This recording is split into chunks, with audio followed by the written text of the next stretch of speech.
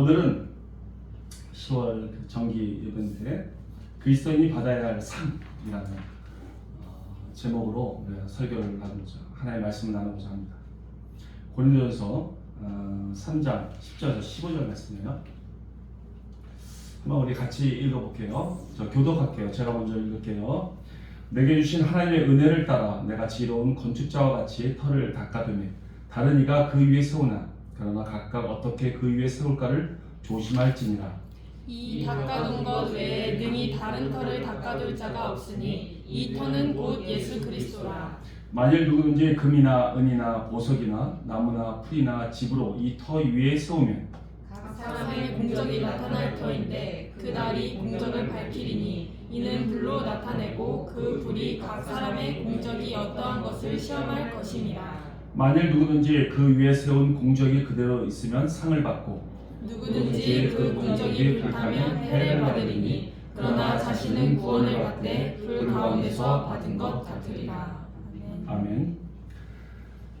우리의 신앙생활은 올바른 진리와 복음 안에 세워야 합니다. 우리 신앙은 점점 자라고 성장해야 되죠. 빌드업, 신앙을 빌드업 시켜야 된다 이렇게 얘기합니다. 그래서 예수님의 장성한 분량으로 우리는 자라야 되죠. 본문의 말씀에서는 어떠한 신앙생활을 할 때 그리고 어떠한 신앙생활을 할 때마다 그 결과가 나타날지에 대해서 말씀하고 있어요. 본문은 건축자가 집을 건축할 때의 그 순서에 따라서 어떻게 결과가 나타나는 것처럼 우리의 신앙의 성장도 4단계를 통해서 그 결과가 나타난다고 말씀하고 있습니다. 견고한 집을 세우려는 첫 번째 가장 중요한 것은 올바른 터를 마련하라고 말씀을 하고 있습니다.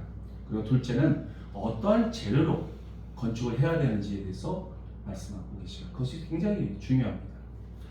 또 셋째는 그렇게 세워진 그 집이라면 외부의 어떠한 재해를 견딜 수가 있는지에 대해서 시험을 해야 한다고 말씀하고 있죠.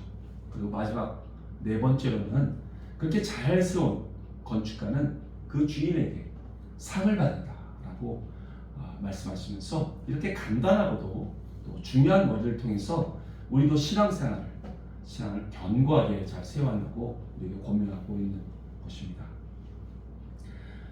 우리 신앙을 견고하게 세운다고 말씀을 드렸는데 그 첫 번째가 바로 좋은 터를 닦아야 한다고 말씀하셨습니다. 10절과 11절을 우리 다시 한번 읽어볼게요. 한번 같이 읽어볼게요. 시작. 내게 주신 하나님의 은혜를 따라 내가 지혜로운 건축자와 같이 터를 닦아두매 다른 이가 그 위에 세우나 그러나 각각 어떻게 그 위에 세울까를 조심할지니라. 이 닦아둔 것 외에 능히 다른 터를 닦아둘 자가 없으니 이 터는 곧 예수 그리스도라. 아멘. 여러분, 우리의 신앙을 견고하게 세우기 위한 터가 있는데 그것은 바로 예수 그리스도이십니다. 예수 그리스도는 견고한 터예요. 그래서 흔들리지 않습니다. 우리는 그 위에 신앙을 세우게 되었어요. 신앙이라는 그 건축물을 세우게 되었죠. 정말 예수님 외에는 안전한 터가 없습니다. 왜냐하면 구원이라는 것은 오직 한 가지, 진리의 복음 외에는 아무것도 없기 때문에 그렇습니다. 오직 예수 그리스도만이 우리의 길이라고 하나님이 분명히 말씀하셨기 때문이죠. 이처럼 건축을 할 때에는 이 터가 굉장히 중요한데 어떤 토대에 우리의 집을 짓느냐가 정말 대단히 중요한 것입니다. 그렇게 될 때 그것이 안전한지 또 그렇지 않은지를 우리가 알 수 있기 때문에 그렇습니다. 터라는 이 말은 한국어 그냥 사전으로 보면 어떤 장소나 또 어떤 건축할 그 자리를 말하고 있지만 실제 헬라어로서는 데멜리오스라고 말을 합니다. 그러면서 기초나 토대를 말하고 있어요. 밑바탕의 그 기초를 말하고 있는 것이죠. 어떠한 장소를 말하는 것이 아니라 맨 밑에 그 단단한 기초가 어떤지 그 기반이 어떠한지를 말하고 있는 것입니다. 요즘에 세계적으로 지진이 참 많이 일어나고 있어요. 얼마 전에 일본에 7.4라는 그 대단히 강한 지진이 또 일어났었죠. 그래서 집이 무너져 내리고 또 한 마을이 그냥 초토화되는 모습을 우리가 뉴스로 본 적이 있습니다. 정말 무시무시하죠. 미국이나 또 중국같이 그 넓은 대륙에는 토네이도라는 그 강한 폭풍이 일어납니다. 그래서 그 영상을 보면 막 집들이 따라 올라가서 무너지고 속절없이 무너지는 것을 우리가 볼 때가 있습니다. 막 날아가죠. 안타깝지만 순식간에 그냥 다 사라집니다. 그러니까 인간이 세운 이 토대의 집들은 이렇게 자연재해에 속수무책인 것이죠. 그렇게 연약한 건축물입니다. 그러나 또 그나마 어떨 때 보면 단단하게 지은 그런 집들이 있어요. 기반 위에 단단하게 세운 집들이 있는데 그런 부분에 견디는 그런 집들을 우리가 가끔 볼 때가 있습니다. 그래서 이런 것을 볼 때 정말 기초가 얼마나 중요한지를 우리는 알 수 있는 것 같아요. 그런데 이 세상의 건축물과는 다른 절대로 무너지지 않는 그 견고한 터가 있는데 바로 예수 그리스도시죠. 우리는 그 예수님 위에 우리의 신앙을 세워야 하고 단단하게 세워야 하는 것입니다. 그러므로 처음부터 우리는 예수 그리스도만을 믿고 의지하는 신앙이 되어야 한다는 것입니다. 그렇다면 그 이 단단한 기초 위에 과연 우리는 어떠한 것을 세워야 할까요? 우리 한 10절 말씀을 한번 우리 같이 읽어볼까요? 10절 말씀 제가 읽어보겠습니다. 그러나 각각 어떻게 그 위에 세울까를 조심할지니라. 우리가 신앙을 견고하게 세우기 위한 두 번째는 무엇을 세우는가를 우리가 고민해 봐야 합니다. 어떤 재료로 그 집을 건축할 것인가, 또 어떠한 건축 공법으로 세울 것인가, 그리고 어떠한 디자인으로 세울 것인가를 우리는 고민해야 됩니다. 그래야지 튼튼한 집을 세울 수 있기 때문에 그렇죠. 그런데 본문에서는 어떠한 재료로 건축을 해야 되는지에서 말씀하고 있습니다. 12절을 한번 우리 같이 읽어볼까요? 시작. 만일 누구든지 금이나 은이나 보석이나 나무나 풀이나 집으로 이 터 위에 세우면 아멘. 우리 건축할 때 여러 종류의 건축 재료들이 있습니다. 우리는 어떤 재료로 이 건축을 해야 할까요? 여기 있는 재료들을 우리가 한번 봤을 때 금과 은 같은 그런 재료는 타지 않는 불에 강한 그런 금속들입니다. 그런데 또 보석 같은 것도 광석이죠. 이것은 어떤 경우에도 불에 녹지 않습니다. 그와 반대로 나무와 풀과 그리고 집 같은 이런 재료는 불에 쉽게 타버리죠. 바람에게도 쉽게 날아가요. 그러한 재료로 우리가 지은 재료도 지은 것들을 우리가 볼 때가 있어요. 나무로 지은 집들이 있죠. 미국 같은데 그 넓은 그 나라에서는 나무로 참 많이 짓더라고요. 그 토네이도가 막 불면은 막 날아가는 집들이 날아가는 모습들을 볼 때가 있습니다. 그리고 또 풀로 지은 집들이 있어요. 아프리카 같은 데 가면은 풀로 이렇게 집을 막 짓죠. 그리고 집으로 지은 집들도 있습니다. 우리나라 초가집이 그랬습니다. 집을 다 엮어서 그래서 초가집을 만들었습니다. 이런 집들은 때로는 비를 막아내기도 합니다. 그죠? 바람도 막기도 해요. 그래서 그러나 그 불이란 물질이 왔을 때는 그런 공격이 왔을 때는 그냥 속죄없이 그냥 타버리는 그런 재료들입니다. 그런 것은 도저히 이겨낼 수가 없는 그런 재료예요. 그 자체가. 근데 만약에 우리가 신앙생활을 하면서 신앙 성장을 하는데 바람과 비의 공격들, 바람과 비의 그런 시험들을 우리가 계속 겪고 있었다면 우리는 우리의 신앙이 세워진 재료가 금인지 보석인지 아니면 풀인지 나무인지를 알 수가 없습니다. 왜냐하면 금도 그것을 다 막아내고 나무도 막아내고 풀도 막아내기 때문에 그렇습니다. 그래서 우리가 어떠한 신앙이 있는지를 잘 몰라요. 그래서 자기가 마치 강한 신앙이 있는 것처럼 오해할 때가 있습니다. 자만하면서 신앙생활을 할 때가 있습니다. 그런데 이러한 신앙은 마지막에 불의 시험이 왔을 때는 그냥 다 타버리고 마는 거예요. 자기의 신앙을 오랫동안 가졌던 그 신앙이 견고하고 단단한 금인 줄 알았는데 그냥 나무였던 거예요. 그래서 다 타버려서 자기가 가지고 있는 모든 신앙을 다 잃어버리는 경우가 있는 것입니다. 그러므로 우리는 처음부터 어떤 재료를 가지고 준비하고 이 신앙생활을 시작해야 되는지가 매우 중요한 거예요. 처음부터 불에 강한 재질로부터 시작해야 되는 것이죠. 만약에 풀 같은 신앙이었는데 나중에 이것이 금으로 바뀌지 않습니다. 처음부터가 다른 거예요. 금과 같은 신앙이 되어야 되고 보석 같은 신앙이 되어야 되는 것이지 나중에 이 나무가 막 너무 잘해갖고 신앙생활 뜨겁게 했다고 해서 이게 금이 되는 것은 아닙니다. 우리는 그래서 금과 은과 이런 보석 같은 재료로 신앙생활을 해야 되는데 이런 재료에는 공통적인 특징이 있습니다. 그것은 수많은 재련 과정이 있다는 거예요. 예를 들어서 순금을 얻고자 한다고 해서 순금 덩어리가 갑자기 오는 것이 아닙니다. 수많은 정제 과정을 통해서 이런 금을 우리는 순금을 가질 수 있다는 것이죠. 어떤 정제 과정이 필요할까요? 먼저는 금광석에 가서 금광석을 그러니까 광석을 가운데서 금광석을 채굴을 해야 되겠죠. 그렇죠? 그래서 그 금광석을 먼저 가져야 되는데 그 안에는 다양한 불순물들이 있습니다. 너무나도 금은 얼마 되지도 않지만 다양한 불순물들이 더 많아요. 근데 이것을 다 제거하는 과정이 필요한 것입니다. 그래서 전문 용어로 크러싱이나 밀링이라는 이런 정제 작업을 통해서 그래서 선별 과정을 통해서 이걸 미세한 형태로서 변환시킵니다. 그리고 화학적인 처리를 통해서 금을 따로 추출하는 그런 치환 과정이라는 것이 있습니다. 근데 이렇게 구별을 해도 아직은 순수하지 않기 때문에 순도를 더 높이기 위해서 추가적인 정제 과정이 필요하다는 것입니다. 바로 뭐 표면 정제라든가 방울 정제, 응집 정제라는 이런 다양한 정제 방법을 통해서 깨끗한 순금을 만들어냅니다. 보석도 마찬가지입니다.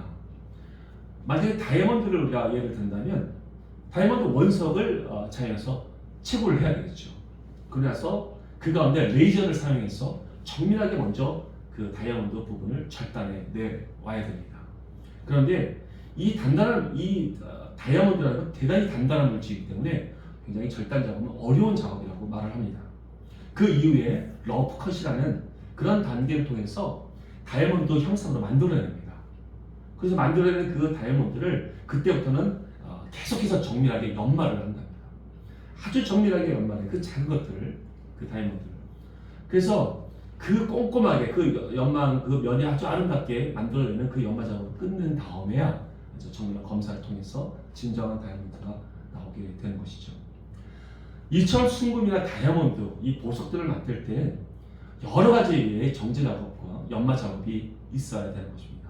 닦이고 절단되고 또 불순물을 제거하는 수많은 과정들이 있어야 되는 것입니다. 이런 열심이 있어야 우리는 순수한 보석을 만들어낼 수 있는 것이죠. 이것은 우리의 신앙생활에도 적용될 수 있습니다. 그 과정하고도 같습니다. 우리는 예수님을 닮기 위한 신앙의 성장이 있어야 하는데 그것은 주님의 말씀대로 살기 위한 수많은 헌신들이 있어야 되고요. 또 하나님의 말씀을 이루기 위해 자신의 권리를 포기했던 수많은 일들이 있어야 합니다. 그리고 주님과 함께 동행했던 수많은 간증들, 또 순종했던 그 많은 순종들, 또 그 눈물들, 이 모든 것들이 있어야 하는 것이죠. 그때는 굉장히 힘들고 아프고 그리고 어려웠지만 이런 삶이 계속해서 쌓이고 깎일 때 그리고 연마될 때 견고한 믿음이 되는 것입니다. 그리고 보석같이 빛나는 신앙이 되는 것이죠. 그것은 오직 주님의 뜻대로 살겠다고 결단한 신앙의 삶인 것입니다. 우린 처음부터 이와 같은 신앙의 재료로 신앙의 성장이 시작되어야 되는 것입니다. 이런 신앙이 될 때 불과 같은 시험이 와도 그것을 능히 견뎌낼 수 있는 우리가 될 수 있는 것이죠. 왜냐하면 시험이라는 그 자체가 결국은 예수 그리스도를 선택할 것인가 세상을 선택할 것인가에 대한 테스트이기 때문에 그렇습니다. 이 같은 보석 같은 신앙인들은 날마다 예수님과 동행하고 있었기에 예수님께 순종하는 삶을 살았기에 능히 그리고 넉넉히 이 불시험을 통과할 수가 있는 것입니다. 그러나 반대로 나무나 풀이나 집 같은 재료로 사용된 집은 그렇게 건축된 집은 불과 같은 시험이 왔을 때 견뎌낼 수가 없습니다. 신앙생활 이것은 신앙생활에서도 마찬가지입니다. 예수 그리스도의 터 위에 세워졌지만 그 다음부터의 삶이 주를 위한 삶이 아니라 내 관점에서 바라보는 삶 그리고 예수님을 주님으로 모시지 않고 자신을 주인으로 섬기며 살아왔던 삶 나의 관점으로 살아왔던 그런 삶이 그리고 세상을 내 눈으로 바라보는 내 관점으로 보는 그런 세상을 살 때 이러한 신앙이 되는 것입니다. 자신이 옳고 그름을 판단하죠. 그리고 자신의 뜻대로 살아갑니다. 그들은 예수를 믿고 거듭났어요. 그리고 구원을 받았습니다. 그렇지만 그들의 신앙의 삶은 자신의 삶을 사는 것이 아니라 예수님을 믿고 사는 삶이 아니라 자신의 삶을 살고 있는 것입니다.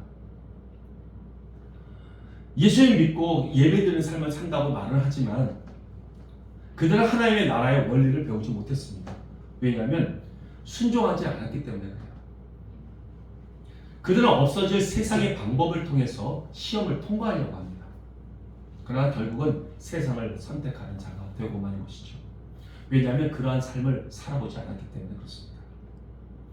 불의한 시험은 어려움과 환난과 고난으로만 오진 않습니다.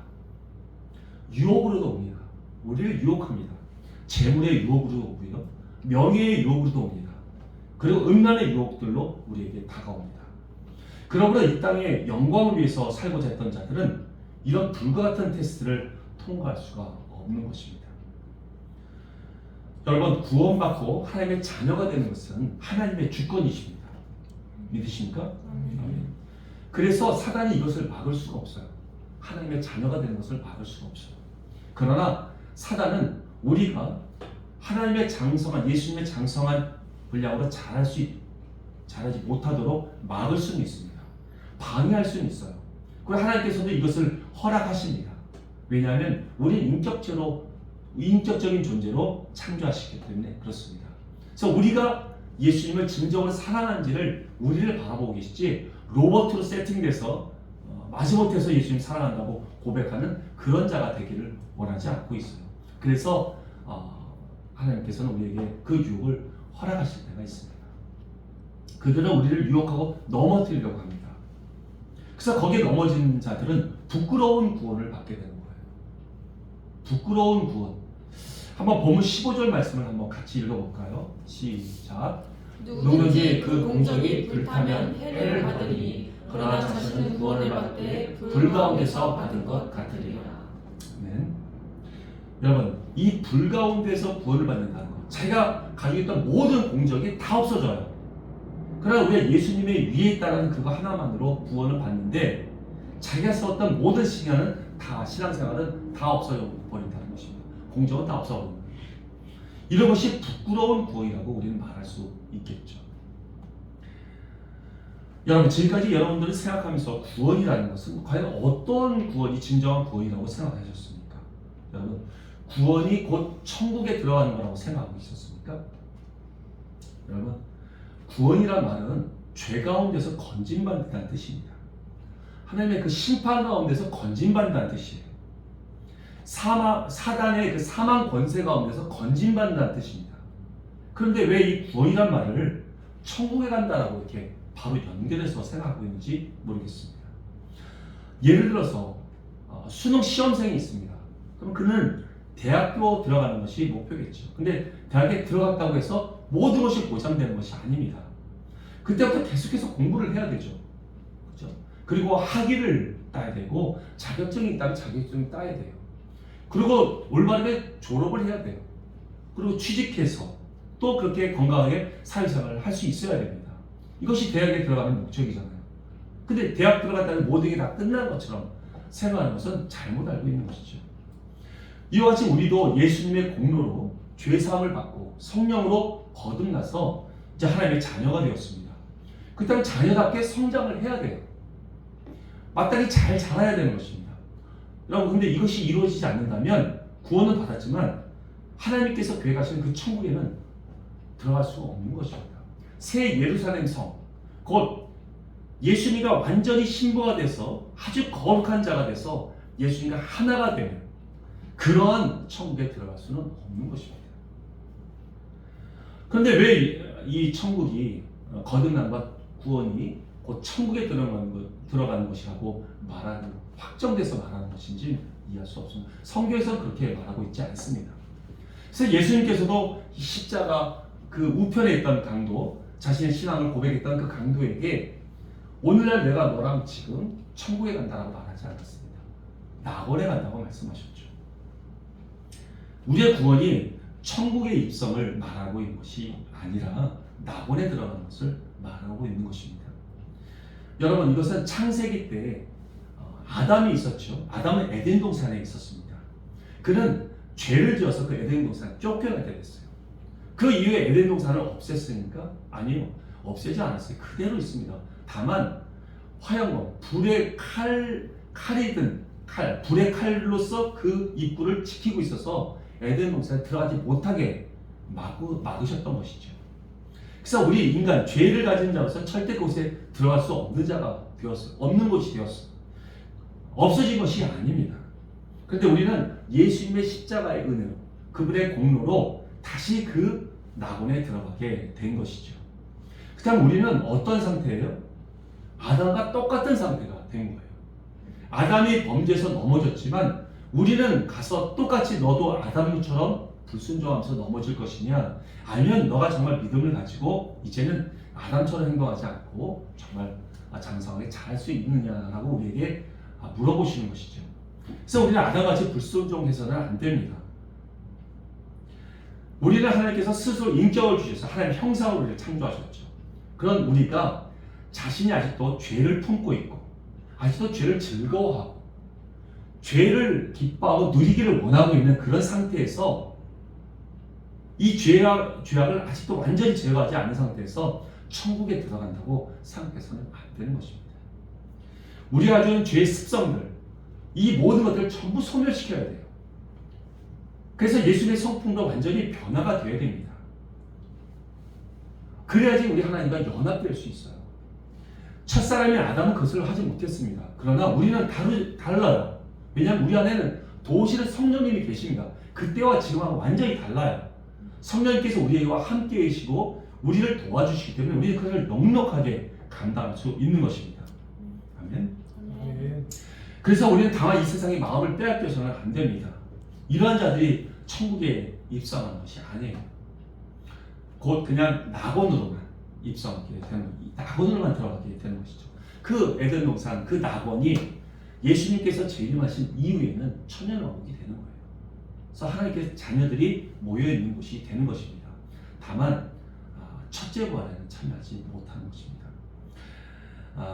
계시록 20장 4절에서 5절 말씀을 한번 읽어보겠습니다.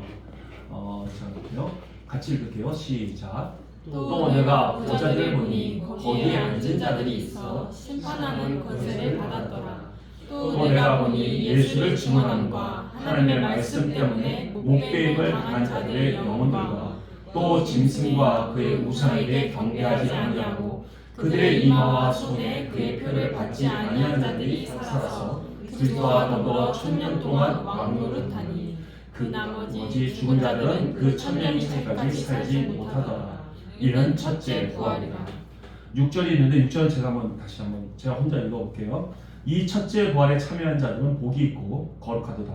둘째 사망이 그들을 다스리는 권세가 없고 도리어 그들이 하나님과 그리스도의 제사장이 되어 천년 동안 그리스도와 더불어 왕노릇하리라. 이 20장 이 6절에서 보면 이렇게 첫째 부활에 참여하는 자들은 복이 있다고 말을 합니다. 근데 이러한 자들이 어떠한 자라고 여기서 얘기하고 있습니까? 예수를 증언함에 목배, 그러니까 순교한 자들이요. 예수를 증거하고 그 말씀 때문에 목배임을 당한 자들이라고 얘기합니다. 그리고 짐승과 그 우상에게 경배하지 아니한 자들이라고 얘기해요. 그리고 이마와 손에 그 짐승의 표를 받지 아니한 자들이라는 것이죠. 그러니까 이 사단이 그를 건들 수 없고 그의 종이라 내가 다룬 자라고 말할 수 없는 자, 그 사단과 완전히 분리돼서 완전히 하나님의 사람이 된 자를 말합니다. 그렇게 믿음을 확증한 자라고 말하는 것이죠. 예수님을 믿었지만 자신이 원하는 삶만 실컷 살았다가 천국에 가서 부활한다는 그런 말씀이 아닌 것입니다. 여기는 끝까지 예수님을 사랑하고 믿음을 지킨 자들이라고 분명히 말하고 있는 것이죠. 이들이 첫째 부활에 참여하는 자들인 것입니다. 예수님은 항상 천국에 들어가는 자들을 이렇게 말씀하셨습니다. 이런 자들이라고 말씀하셨습니다. 그저 구원받고 거듭났지만 끝까지 자신의 믿음을 확장하지 못한 자들을 말하는 것이 아닙니다. 자신의 신분과 사명을 정확하게 알고 그렇게 살아간 자를 말하는 것이에요. 자신의 신분도 모르고 세상 성공만을 쫓아가고 그렇게 살아온 사람들은 들어가지 못하는 것입니다. 첫째 부활에 임하지 못하는 것입니다. 그렇다면 이 본문에 있는 15절 말씀, 이 말씀을 한번 여기서 말하는 구원이라는 것은 무슨 말씀일까요? 한번 같이 읽어볼게요. 시작. 누구든지 그 공적이 불타면 해를 받으리니 그러나 자신은 구원을 받되 불 가운데서 받은 것 같으리라.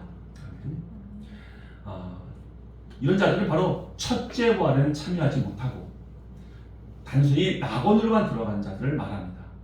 예수님의 공로로 우리는 거듭남의 은혜를 받았고 하나님의 자녀가 되었어요. 그러면 하나님은 우리의 아버지가 되셨어요.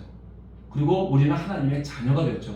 그런데 아버지는 자기 자녀가 아무리 잘못을 했다 해도 그 끓는 지옥불에는 보내질 않습니다. 자신의 아들이기 때문에, 자기의 자녀이기 때문에 그래요. 다만 그들은 낙원으로는 보내주세요. 사망 권세나 이 심판 가운데서는 면하게 하십니다. 아버지이기 때문에요. 판사와 죄인의 관계가 아니라 아버지와 아들의 관계가 되었기 때문에 그들을 심판으로 던져버리지 않고 불의 형벌을 보내지 않고 낙원으로 들어가게 하십니다. 그러나 성숙하지 못했고 그 믿음을 확증하지 못한 자들은 결코 새 예루살렘 성, 영원한 천국에는 들어가지 못하는 것입니다. 그것은 예수님과 온전히 연합되어야 되거든요. 그럼 우리 가운데 조금이라도 점 같은 이 죄가 있어서는 안 됩니다. 근데 우리는 아직도 죄를 사랑하는 마음이 내 가운데 있다면 여러분 못 들어갑니다. 근데 어떤 사람 말해 천국 들어가면 그게 확 없어질 거라고. 아니요. 우리 로봇으로 이렇게 세팅된 자가 아닙니다. 우리 인격체로 만들었어요. 아담과 같은 자예요. 우리가 다시. 그래서 우리는 세상을 사랑하고 죄를 좋아하는 마음을 가지고는 하나님과 연합될 수가 없습니다. 본문이 아니라 고린도전서 5장 5절 말씀 한번 같이 읽어볼게요. 시작. 이런 자를 사탄에게 내주었으니 이는 육신은 멸하고 영은 주 예수의 날에 구원을 받게 하려 합니다. 이 내용이 뭐냐면 고린도에 있는 교회가 굉장히 음란하고 죄악 가운데 있었어요. 그 교회 자체가. 심지어는 어떤 성도는 자신의 계모와 간통을 했어요. 통간을 했습니다. 그러니 얼마나 나쁜 죄를 지었어요. 그러니 그 교회에서 막 그들 꾸짖고 내쫓아야 되는데 형벌을 줘야 되는데 그렇지 않았어요. 그냥 묵묵히 가만히 있었습니다. 그러니까 이 사실을 바울이 알고 그들에게 아주 질책을 한 거예요. 야, 세상에도 이러한 죄를 짓는 사람은 없다. 근데 니네가 어떻게 그 죄를 그냥 가만히 보고만 있느냐. 이 자를 내어 교회에서 내어 쫓아라 라고 얘기한 거예요. 근데 그 당시에 교회에서 나가게 되고 쫓겨났다는 것은 사단에게 내어줬다는 그런 의미였습니다. 그러니까 이런 자들을 내어 쫓아서 육신은 사단이 갈갈이 찢어 죽이더라 할지라도 그 영은 예수의 날에 구원을 받게 하겠다는 거예요. 이게 거듭난 자는 구원을 받되 그 아무것도 불같은 곳에서 테스트 받는 것처럼 그가 가지고 있는 공력은 아무것도 없어지는 것이죠. 그래서 그 영만 구원받는 거예요. 이것이 바로 단순한 하나님의 거듭났지만 구원에까지만 가는 것입니다. 하나님과 영원토록 연합될 수 있는 상태가 아니라는 것이죠. 이렇게 구원을 얘기하는 경우가 이 성경은 너무나도 많습니다. 근데 이것을 다 천국으로 얘기해요. 그러니 하나님과 하나가 될 거라고 생각을 합니다. 아니에요. 우리는 예수 그리스도의 장성한 분량으로 자라나야 합니다. 이것은 거듭난 자로서 아주 필수적인 단계예요. 해도 좋고 안 해도 좋은 그런 것이 아닙니다. 이것을 모르고 있으니까 오랫동안 신앙생활을 했다고 하더라도 변화되는 것이 하나도 없이 계속 종교인으로서 머물러 있는 것입니다.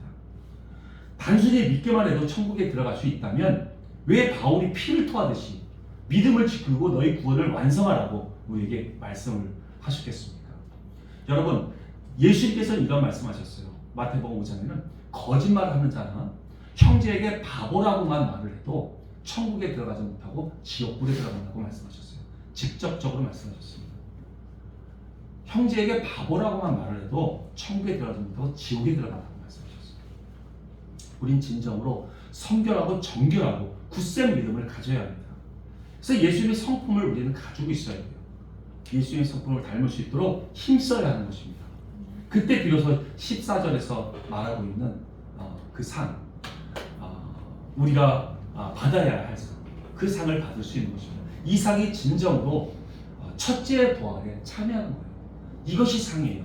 여러분, 상이 뭐 굉장히 여러 가지가 단계가 있어서 나는 뭐 가서 과장이 될거나 부장이 될거나 이런 단계의 상이 아니라 예수님의 몸으로서 우리가 가는데 내가 액계를 발걸하게 되든 내가 여기 손목이 되든 무슨 관계가 하나님께 연합되면 다 그것으로 축복이고 기쁨이지. 근데 그 상을 뭐 단계로 나눠서 나는 큰 상 받을 거야, 작은 상 받을 거야. 아니에요. 그런 상으로 나눈 적이 없어요. 이것이 우리의 진정한 상인 것입니다. 바울은 이것을 알았어요. 그래서 빌립보서에서 말할 때 진지하게 이러한 상을 자기는 받기를 원한다. 그래서 아주 결단하면서 나는 달려가겠다고 말을 한 것입니다. 우리가 끝으로 바울이 결단했던 이 말씀, 빌립보서 3장 10절 14절 말씀을 한번 우리가 읽어봤으면 좋겠어요. 이는 진정으로 부활의 권능에 참여하고 싶다라고 얘기했습니다. 교독했으면 좋겠어요. 제가 먼저 읽어볼게요. 내가 그리스도와 그 부활의 권능과 그 고난에 참여함을 알고자 하여 그의 죽으심을 본받아 어떻게 해서든지 죽은 자 가운데서 부활에 이르려 하노니 내가 이미 얻었다 함도 아니요 온전히 이루었다 함도 아니라 오직 내가 그리스도 예수께 잡힌 바 된 그것을 잡으려고 달려가노라. 형제들아 나는 아직 내가 잡은 줄로 여기지 아니하고 오직 한 일 즉 뒤에 있는 것은 잊어버리고 앞에 있는 것을 잡으려고 표대를 향하여 그리스도 예수 안에서 하나님이 위에서 부르신 부름의 상을 위하여 달려가노라. 이렇게 말을 했습니다. 이는 어떻게 해서 우리처럼 지금 뭐 천국행 티켓을 받았다, 예수님 믿으실까? 네 믿습니다. 그럼 부활하시고 뭐 천국 가고 부활합니다. 여러분 그렇게 얘기하지 않았어요. 어떻게든 죽은 자 가운데서 부활에 이르려고 한다고 했어요. 그리고 내가 이미 얻었다 함도 아니라고 했고 온전히 이뤘다 함도 아니라고 얘기했습니다. 그것을 잡으려고 달려간다고 얘기했습니다. 다시 또 내가 잡은 줄 여기지 아니하고 표대를 향하여, 이 표대라고 말하면 여기서 쭉 읽어보면 부활입니다. 이것을 향하여 이것이 부름의 상입니다. 분명히 얘기하고 있습니다. 이렇게 이것을 향하여 달려간다고 말을 하고 있죠. 바울도 이렇게 정말 온 힘을 다해서 이 첫째 부활에 참여하려고 애를 쓰고 있는데 그 누가 우리가 가만히 있어도 부활에 참여한다고 우리가 말을 할 수 있겠습니다. 여러분 이렇게 말을 하고 있기 때문에 우리가 움직이지 않고 목표가 없는 변화될 생각을 안 하고 그저 천국을 받은 티켓 정도만 생각하고 있는 거예요. 변화될 그냥 한번 뭐 예수님 기뻐하는 대로 한번 살아볼까? 이 정도 생각하는 거죠. 이렇게 나약한 신앙이 되는 거예요. 여러분 우리 모두가 정말 진정으로 첫째 부활에 다 참여해서 예수님과 완전히 연합되는 그런 자가 다 되기를 정말 바랍니다. 아멘. 이것이 바로 하나님께서 우리에게 원하시는 진정한 뜻이에요. 우리 모두가 정말 우리 주님과 함께 이러한 모습으로 연합되어서 영원한 삶을 사는 그런 복된 자가 되시기를 정말 예수님의 이름으로 간절히 축원드립니다. 아멘. 아멘. 기도하겠습니다. 하나님 감사합니다. 저희들 우리 예수님의 그 십자가의 은혜로 우리 하나님의 자녀가 되었는데 자녀가 되었음에도 불구하고 우리는 계속해서 이 세상을 쫓는 어리석은 자가 되고 말았습니다. 하나님 우리 예수님께서는 피를 토하듯이 우리 바울도 피를 토하듯이 우리에게 말씀하신 것은 예수님의 장성한 분량으로 자라서 우리 예수님과 연합되고 하나가 되기를 원한다고 말씀하셨습니다. 이제 하나님 그리고 우리에게 주시는 이 부활이라는 것이 이 첫째 부활이라는 것이 그저 예수님 믿는다고 고백해서 받는 것이 아니라 철저하게 그 신앙을 지키고 그리고 모든 죄악들을 다 우리가 소멸하고 예수님과 같이 그 성숙한 그리스도인이 되어서 예수님과 연합되기를 원할 때 그렇게 될 때 첫째 부활에 참여하는 거라고 말씀하셨습니다. 이제 하나님 우리도 바울처럼 표대를 발견하고 목표를 발견해서 그렇게 힘있게 살아갈 수 있는 저희들 모두가 되겠습니다. 이제는 우리는 우리 안에 성령님이 계시기에 이것을 능히 감당할 수 있음을 믿습니다. 우리가 우리의 정체성과 우리가 무엇인지 우리의 사명이 무엇이고 비전이 무엇인지를 정확히 알고 그것을 표대를 향해서 힘있게 달려가는 저와 이 모든 성도들 다 되게 하여 주옵소서. 하나님께 감사드렸고 그 영광의 날을 기대하고 감사하며 예수님의 이름으로 기도 올려나이다. 아멘.